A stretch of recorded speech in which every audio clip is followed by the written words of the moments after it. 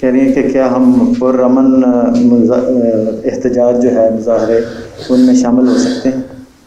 پرامن یہ گارنٹی اگر ہو کہ پرامن احتجاج ہوگا اور آخر میں آ کے وہ توڑ پھوڑ اور شدت پسندی میں نہیں بدل جائے گا تو کر سکتے ہیں، کوئی حرج نہیں اس میں کرنے میں، ٹھیک ہے۔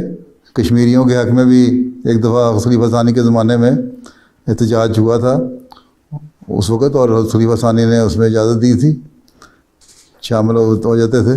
تو اگر پرامن احتجاج ہو اور کوئی توڑ پھوڑ نہ ہو، سرکاری املاک کا نقصان نہ پہنچایا جائے، اور قانون کے دائرے کے اندر رہتے ہوئے، جہاں ان ملکوں میں قانون بھی اجازت دیتا ہے احتجاج کی اور جلوسوں کی، ایک پرامن جلوسوں کی، اس حد تک آپ کر سکتے ہیں، کوئی حرج نہیں ہے۔